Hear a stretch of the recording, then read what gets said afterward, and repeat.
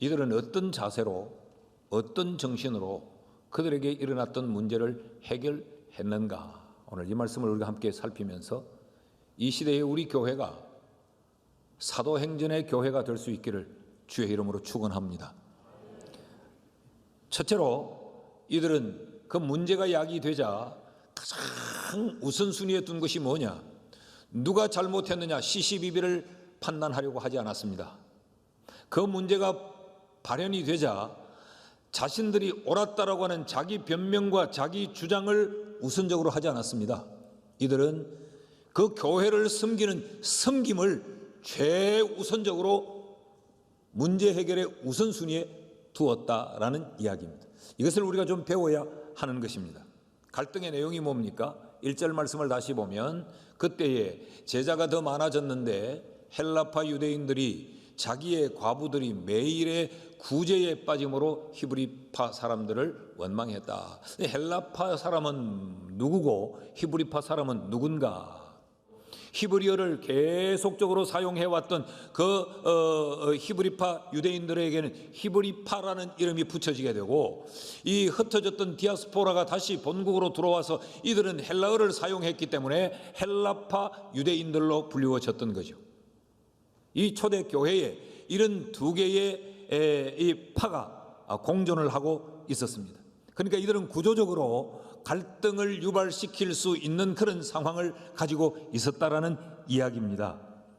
그런데 이 교회에 히브리파가 절대적인 숫자를 차지하고 있었어요. 이 헬라파 유대인들은 소수 집단이었습니다. 그런데 이들은 세계에 흩어져 있다가 본국으로 돌아와 이들은 이게 과부가 많았고 이들은 경제적으로 어려운 이들이 많았어요. 고아도 많았고. 그래서 예루살렘 교회에서 이 어려운 사람들을 돕는 구제의 이 일을 하면서 이제 이 파벌이 생겨진 거죠. 기득권은 히브리파 유대인들이 가지고 있었습니다. 그래서 이들이 구제를 행하면서 헬라파 유대인들을 배제시켜버린 겁니다. 그리고 히브리파 유대인들에게만 구제를 행하고 그들을 섬기고 봉사를 한 것이 이제 원망의 요인이 된 겁니다. 그래서 이 문제를 해결하는데 이들은 누가 누구를 원망하거나 누가 누구를 정죄하거나 누가 누구의 잘못인지를 시시비비를 따지지 않고 이 문제를 원망이 발생하니까 이 문제를 해결하는데 이들은 어떻게 하면 이 교회를 더 잘 섬길 수 있을까에 집중하고 있습니다. 여기 구제라는 단어가 뭐냐 하면 디아코니아라는 단어를 써요. 이 구제라는 말은 봉사, 섬김 그런 의미를 가지고 있습니다. 자, 2절 말씀을 보십시오. 12사도가 모든 제자를 불러 성도들을 불렀다는 이야기죠. 이르되 우리가 하나님의 말씀을 제쳐놓고 접대를 일삼는 것이 마땅하지 않다. 여기 접대라는 말은 음식 또 금전 이런 이야기입니다. 이런 일을 일삼는 것이 우리가 옳지 못하다. 여기 일삼다라고 하는 이 단어가 봉사라는 단어와 똑같은 단어예요. 디아코니아, 섬기다라는 것과 똑같은 단어죠. 사도들이 우리가 이 어려운 사람들에게 음식을 나눠주고 우리가 어려운 사람들을 이 물질적으로 돕는 이 일을 우리가 하는 것이 이게 좀 효율적이지 못한 것 같다. 그러면서 3절 말씀에 형제들아 너희 가운데 성령과 지혜가 충만하여 칭찬받는 사람 7을 택하라. 우리가 이 일을 그들에게 맡기겠다라고 말을 해요. 여기 맡긴다라고 하는 이 단어가 또 섬김, 봉사와 똑같은 단어 디아코니아라는 단어를 쓰고 있습니다. 그들로 하여금 봉사하게 하고 그들로 하여금 섬기게 해야겠다라고 말하는 거죠. 그러면서 4절 말씀에 보니까 그리고 우리는 오로지 기도하는 일과 말씀 사역에 힘쓰리라 라고 말합니다. 여기 말씀 사역이라고 할 때 이 사역이라는 단어가 또 똑같은 디아코니아, 섬김, 봉사라는 단어예요. 그런 이런 지금 이들의 관심이 어디에 있느냐? 누가 잘못했느냐? 우리는 잘못한 것이 없다. 어떤 시시비비를 가리고 판단하고 정죄하고 변명하고 자기의 입장을 주장하는 일을 하는 것이 아니고 이들은 그럼 어떻게 하면 더 잘 섬길 수 있겠느냐? 이게 이들의 관심이었다는 거죠. 이 사도행전의 교회는 이런 원망하는 일들이 일어나니까 어떻게 하면 더 교회를 잘 섬길 수 있을까, 이것을 최우선순위로 두었더니 오히려 교회가 더욱더 부흥하고 발전할 수 있는 기반을 얻게 되었더라는 거죠. 여러분, 여기 봉사, 섬김, 구제 이런 뜻으로 번역된 이 디아코니아라는 이 단어가 집사라는 단어예요. 집사라는 단어, 이 단어가 이제 명사로 사용되면 디아코노스, 집사예요. 그럼 집사는 뭐 하는 사람이냐? 교회의 직분은 계급이 아닙니다. 직책이 아닙니다. 이 디아코니아라고 하는 말의 의미는 남의 밑에 들어가 하인으로 그 사람을 섬기고 봉사하는 것, 그 의미가 집사라는 단어의 의미예요. 섬기는 사람을 말하지 이게 계급이 아니에요. 직책이 아니에요. 근데 많은 경우에 교회가 이런 문제가 생길 때 이것을 잘 정리하지 못하는 이유는 자신들의 직분이 무엇인가를 오해하기 때문에 그렇습니다. 머리로는 계급이 아니라고는 다 인정을 하면서도 무의식적으로 교회의 모든 직분이 계급화되어 있습니다. 그래서 이런 자리를 차지하고 앉으면 권리를 행사하려고 하고 끝발을 부리려고 하는 겁니다. 내 영향력을 발휘하려고 하는 거죠. 사도행전의 교회와는 전혀 다른 양상을 보이게 된다는 것입니다. 그러니 갈등은 더욱더 정폭이 되고 문제는 해결이 되지 않고 교회는 더욱더 소란스러워지는 것이죠. 여러분, 우리 교회는 교회의 모든 직분을 맡은 사람들과 이 교회를 구성하고 있는 모든 구성원들, 성도들 전부는 다 우리가 남의 아래로 들어가 섬기는 자가 되어서 어떻게 하면 교회를 더 잘 섬길 수 있을까를 우리의 최우선순위에 두는 이런 사도행전의 교회가 될 수 있기를 주의 이름으로 축복합니다. 예수님께서 마태복음 20장 28절에서 이렇게 말씀하셨어요. 인자가 온 것은 섬김을 받으려 함이 아니라 도리어 섬기려 하고 자기 목숨을 많은 사람의 대속물로 주려 함이니라. 섬기려 하고, 여기 섬김도 디아코니아 똑같은 단어예요. 우리가 예수를 닮는다면, 우리가 진실로 예수의 사람이 된다면 우리는 섬김을 교회 속에서 가장 우선시하고 우리가 섬기는 자리에 세워져야 사도행전이 우리의 행전이 될 수 있을 줄 믿습니다. 둘째로, 이들은 이 문제가 발생할 때 어떤 마음, 어떤 태도로 그 문제를 해결했는가? 섬김을 가장 우선적 순위에 두었을 뿐만 아니라 균형을 중하게 여겼습니다. 사도들이 이제 이 문제를 해결하기 위해 7 집사를 선택하라고 말을 하죠. 그럴 때 그 기준을 어떻게 말하고 있는가를 보십시오. 3절 말씀을 같이 읽습니다. 시작. 형제들아, 너희 가운데서 성령과 지혜가 충만하여 칭찬받는 사람 7을 택하라. 우리가 이 일을 그들에게 맡기겠다라고 말해요. 기준이 뭡니까? 성령과 지혜가 충만한 사람. 그런데 여기 또 한 가지 기준이 더 있습니다.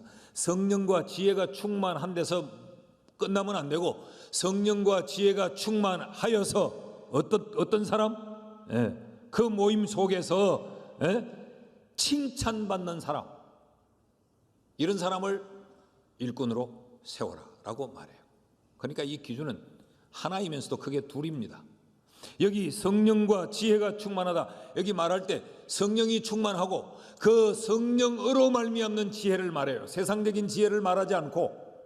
그러니까 성령과 지혜가 충만하다, 이 말은 하나님과 관계되어져 있는 것이지요. 하나님으로부터 주어진 것을 받은 사람, 또 사람들에게 칭찬받는 사람, 이것은 사람들로 인하여서 인정을 받는 사람이라는 것이죠. 사도행전의 교회는 이 균형을 잘 맞추었습니다.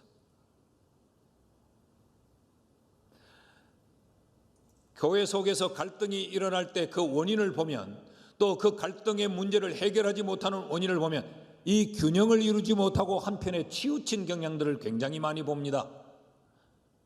예를 들면 이런 분들이 있어요. 성령과 지혜가 충만한 분들이 있어요. 자칭 나는 기도하는 사람이다, 나는 영적으로 사는 사람이다, 나는 영적인 사람이다, 이런 분들이 계세요. 그런 분들을 보면 기도 많이 해요. 새벽 기도 빠지는 법이 없어요. 오담보다 오랜 시간 기도해요. 말할 때마다 영적으로 하나님의 뜻 해요. 그런데 이상스럽게 교회 안에서 성도들에게 칭찬 듣지 못하는 사람들이 있어요. 비난받는 사람, 손가락질을 당하는 사람, 오히려 골치 아픈 문제야, 이런 사람들이 있을 수 있어요. 균형을 이루지 못해서 그런 겁니다. 나는 기도 많이 하는데, 나는 영적으로 사는데 도대체 저 사람들은 뭐야? 왜 나만큼 기도도 못하는 것들이 저런 자리에, 저런 위치에 있지? 이렇게 돼버리면 한편으로 치우친 것이죠. 또 반대로 이런 분들도 계십니다. 세상적인 지혜는 굉장히 충만하고, 굉장히 능력도 탁월하고, 아주 상황 판단력도 빠르고, 순발력도 있고, 사람들에게 다 인정을 받아요. 그런데 영적으로는 꽝인 사람들이 있습니다. 성령 충만이 뭔지도 몰라요.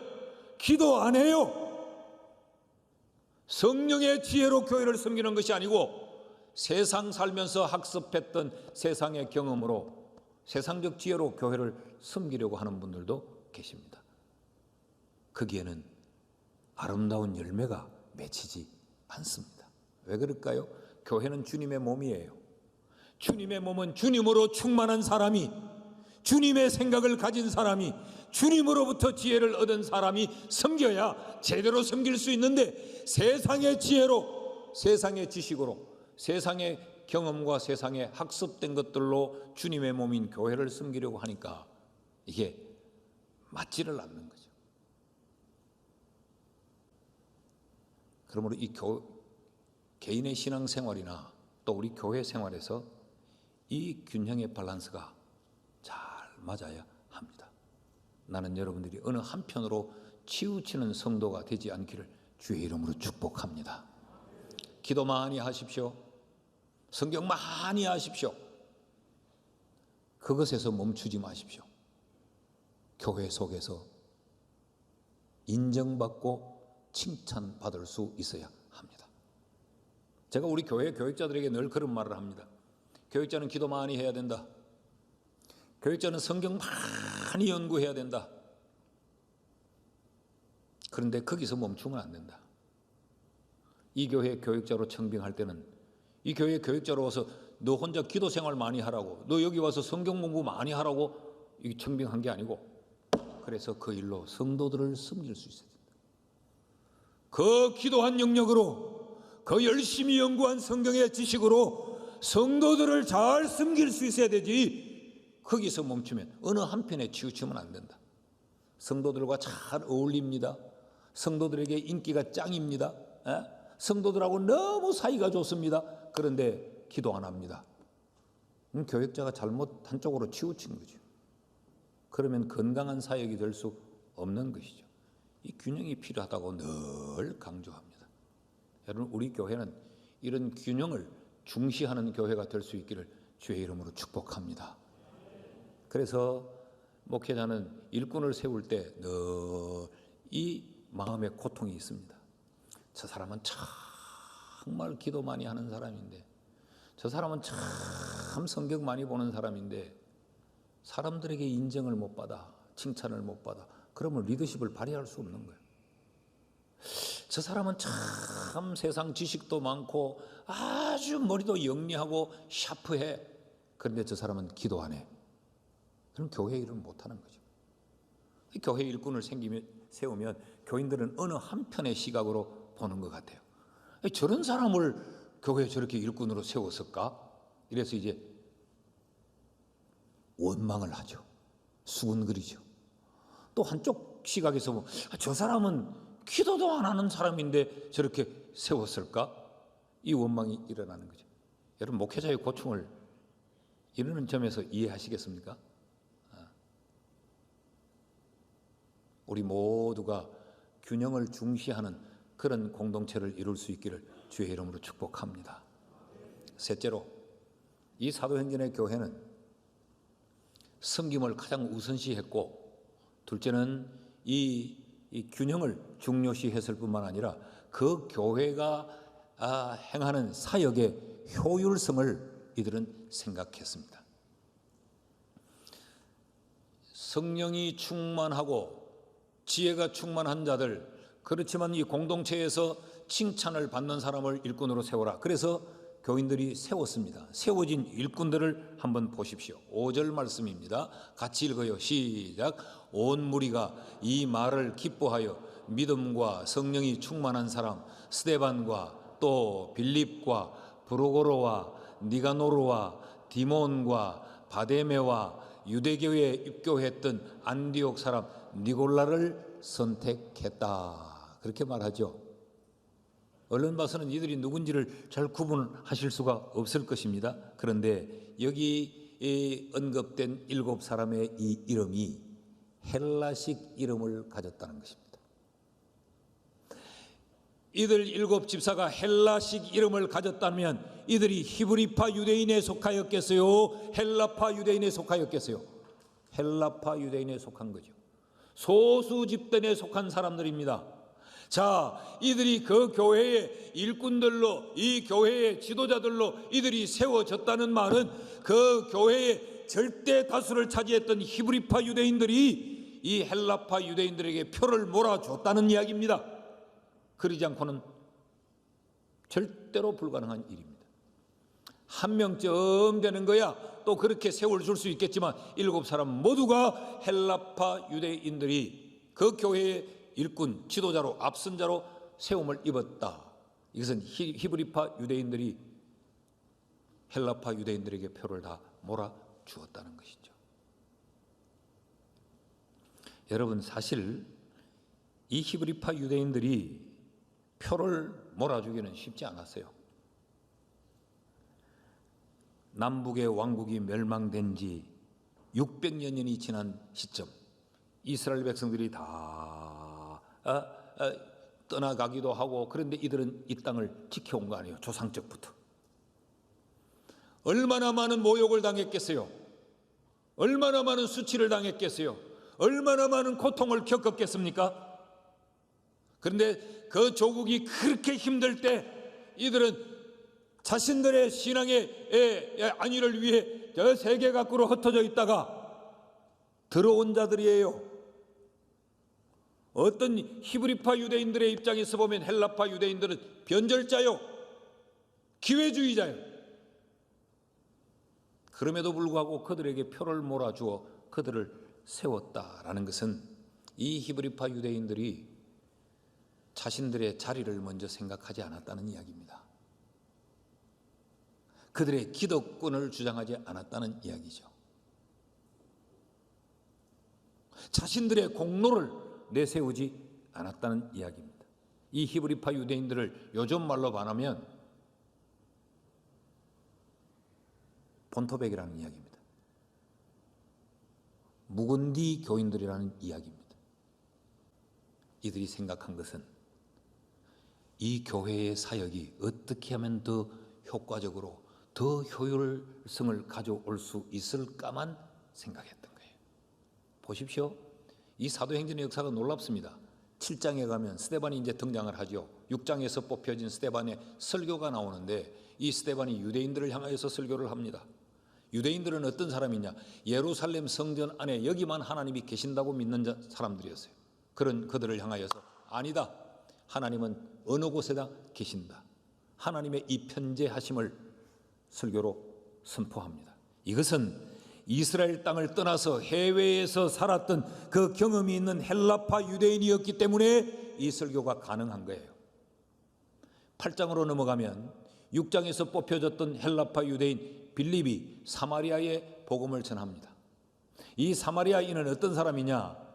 혼혈족이에요. 유대인들이 포로 생활을 할 때 그 현지인들과 혼인을 해서 거기에서 태어난 제3의 족속이 사마리아 족속입니다. 그래서 정통 유대인들은 사마리아인을 그 당시에 개처럼 취급한 거예요. 족보도 없고 혈통도 없는 놈들이라고. 그 버려진 사람들을 이 빌립이 찾아가서 복음을 전합니다. 에티오피아의 사람을 복음을 전하고 세례를 베풉니다. 이런 일들이 어떻게 가능했는가? 헬라파 유대인들이 지도자였기 때문에 가능했어요. 히브리파 유대인들은 절대로 그렇게 할 수 없었습니다. 9장에 넘어갑니다. 9장에 가면 이 헬라파 유대인의 거모 바울이 등장을 합니다. 이 바울이 회심을 하고 바울이 활동을 시작하는 게 사도행전 9장부터예요. 그러면서 9장에 바울과 바나바가 팀을 이루어서 사역을 하는 내용이 나타납니다. 이들이 헬라파 유대인입니다. 그리고 13장에 가보면 히브리파 유대인들은 자치를 감춥니다. 그리고 헬라파 유대인들이 사도행전의 역사를 주도합니다. 자, 사도행전의 시작은 히브리파 유대인들에 의해 시작이 되어져서 헬라파 유대인들을 거쳐서 사도행전의 완성은 헬라파 유대인들에 의해 완성이 되어집니다. 어떻게 이 세계를 향한 이 복음의 전파가 가능할 수 있었겠는가? 헬라파 유대인들이 헬라어를 사용할 줄 알았기 때문에 그렇습니다. 여러분, 교회는 항상 뭘 생각해야 되느냐? 어떻게 하면 교회의 사역이 더 효율적이 될 수 있을까? 어떻게 하면 교회가 더 부흥할 수 있을까? 어떻게 하면 교회가 더욱더 교회 본질의 사역을 잘 감당할 수 있을까를 먼저 생각해야 되지, 우리의 자리를 먼저 생각하거나 우리의 기득권을 먼저 생각하면 교회는 교회로서의 모습을 나타내 보일 수가 없습니다. 오늘 이 지상에 얼마나 많은 교회들이 기득권 고수에, 그래서 헬라파 유대파의 이 갈등 때문에 교회가 몸살을 앓고 교회가 해야 될 기능을 제대로 행하지 못하는 교회가 얼마나 많습니까? 어거스틴은 우리에게 하나님을 아버지로 부르는 사람은 교회를 어머니로 섬겨야 한다라고 말했어요. 여러분, 자식은 어머니의 품에서 자랍니다. 어머니의 품에 안겨 아버지의 교훈을 받고 자라죠. 성도는 교회의 품에 안겨 하나님의 말씀으로 교훈을 받으며 자랍니다. 그 품이 건강하고 평안하고 아름다워야 합니다. 우리 교회가 사도행전의 교회처럼 이런 아름답고 건강한 교회가 되어져야 그 품에 안겨있는 우리가 행복하고 우리가 건강할 수 있습니다.